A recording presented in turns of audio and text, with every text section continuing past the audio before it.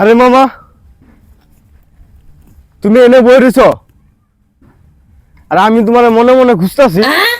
কি কস না কিসের জন্য মনে মনে খুঁজতেছস? আরে বাবা, মামির কাছ থেকে দুধ আনতে যাই, তুমি না কইলে আমি কেমনে যাই?